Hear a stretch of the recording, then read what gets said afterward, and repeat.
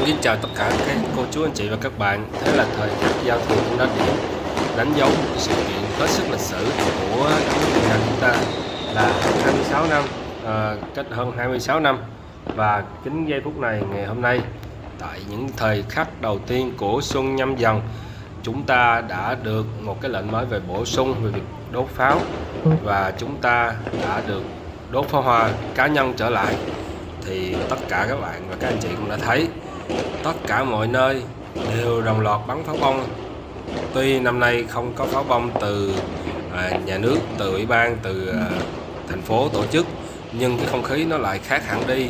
Nó cảm giác như là sôi động hẳn lên và ấm áp, và rất là nhiều cái sự niềm vui hòa chung với nhau thành một cái niềm vui rất là lớn. Đó là mỗi nhà, mỗi đơn vị cá nhân thì đều phải được quyền bắn pháo hoa theo cái khuôn khổ quy định của pháp luật. Thì các bạn, các chị cũng đã thấy pháo hoa bắn ở rất là nhiều nơi, ở rất là nhiều gia đình, và tạo thành một bức tranh rất là đẹp, rất là rộn ràng và đầy cái sức sống cho những giây phút đầu tiên của năm Nhâm Dần sắp tới tới đây. Và thật là đẹp, đúng không các chị các bạn?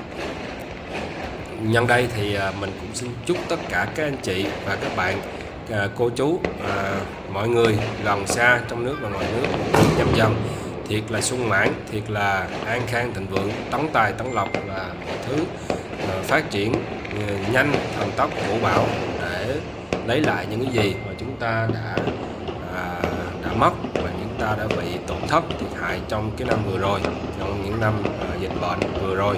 Xin kính chào và hẹn gặp lại tất cả các chị và các bạn ở những video mới trong năm 2022 này.